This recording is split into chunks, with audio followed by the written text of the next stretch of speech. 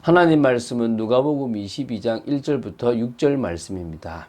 4절부터 6절 말씀을 합독하고 누가복음 22장 1절부터 6절 말씀을 보겠습니다. 우리 4절부터 6절 말씀을 합독하겠습니다. 이에 유다가 대제사장들과 성전 경비대장들에게 가서 예수를 넘겨줄 방도를 의논하매 그들이 기뻐하여 돈을 주기로 언약하는지라. 유다가 허락하고 예수를 무리가 없을 때에 넘겨줄 기회를 찾더라. 주여. 자, 누가복음 22장과 23장을 이제 볼 겁니다.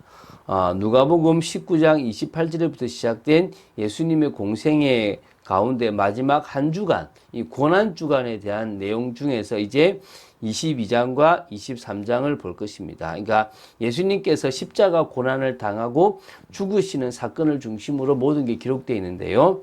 그래서 예수님의 십자가 고난 사건을 기록하고 있는 누가복음 22장과 23장은 누가복음에서 가장 긴 장들로서 두 장을 합치면 127절이 된답니다.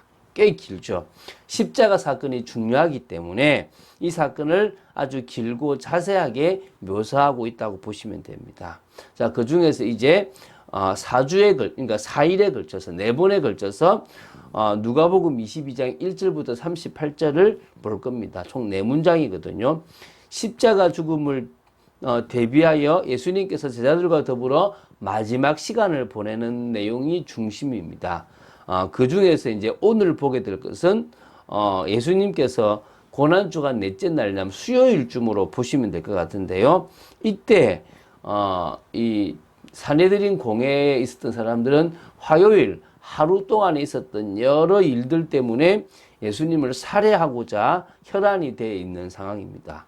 이때 마침 참 이게 하나님이 하시는 역사이기도 하지만 참 안타까운 이 가룟 유다가 배반자로서 그들과 결탁을 해서 예수님을 팔 은밀한 방법을 나누고요.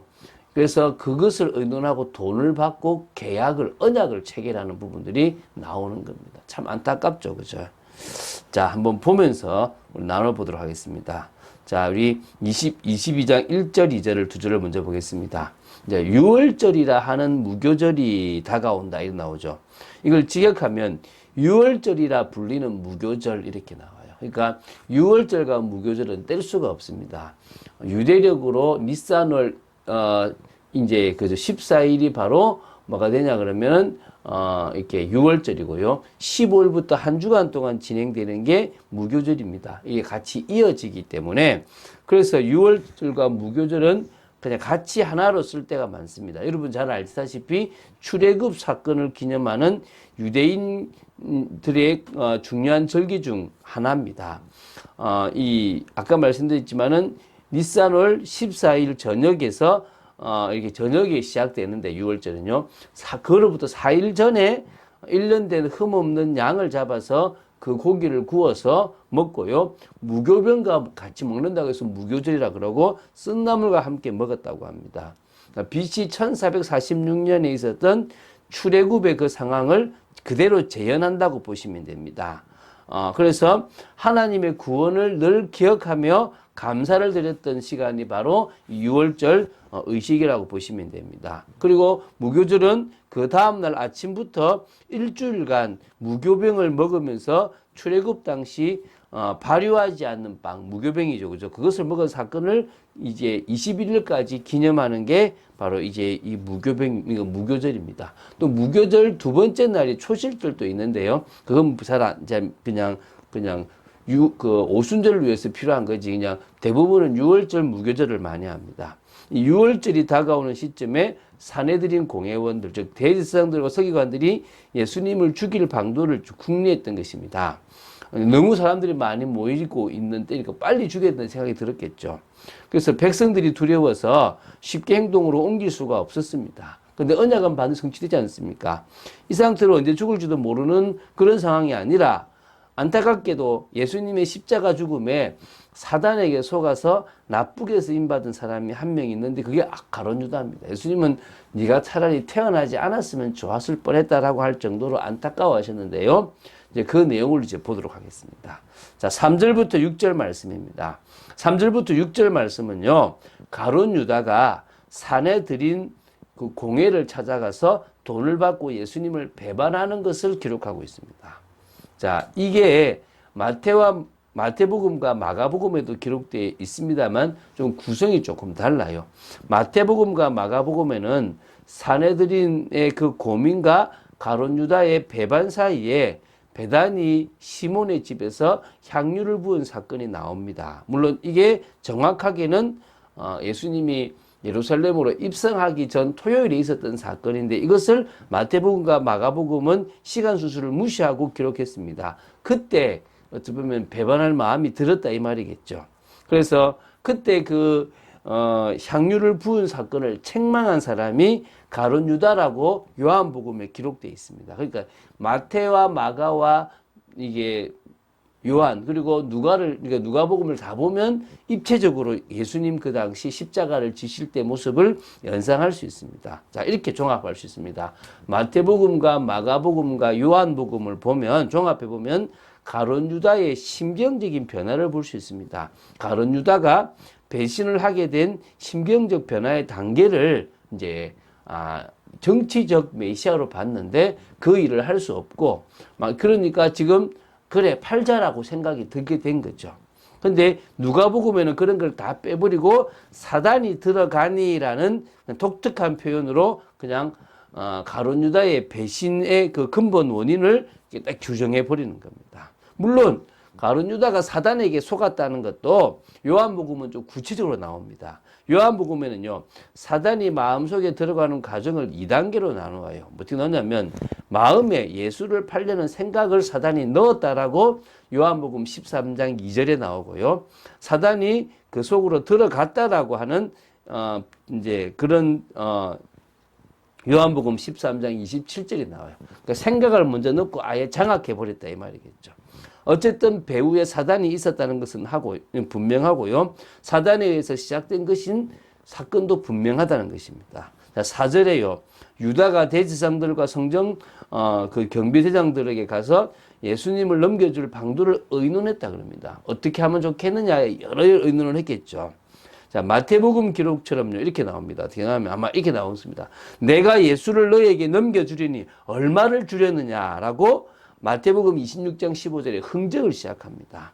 그리고 산헤드린 주된 고민이었던 민요가 일어나지 않도록 예수님 주위에 사람들 무리가 없을 때를 포착해 잡기로 의논을 했다는 기록이 이제 그 마태복음 26장 6절에 나오고요. 잡을 때에는 예수님께 입을 맞추는 것을 신호로 하기로 48절에 이제 딱 그 나옵니다. 그래서 물론 이 모든 일은 사단에 사로잡힌 유다가 능동적으로 주도해 나갔다. 그래서 결국은 이 선택이 자신에게 있는 거예요. 내가 선택한 거예요.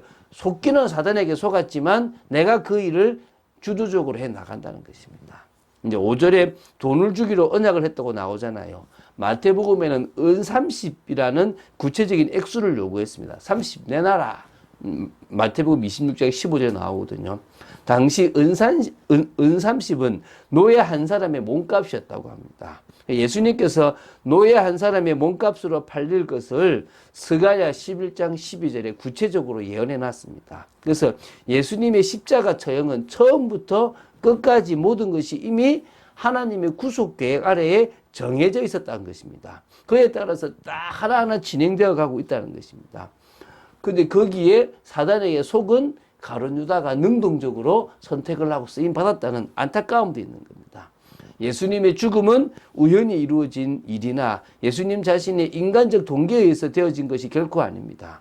자, 그럼 가룟 유다가 예수님을 제자로서 예수님을 배반한 이유가 뭐냐? 아까 잠시 말했죠. 정치적 메시아로 예수님을 기대했는데 그것이 어그러진 겁니다.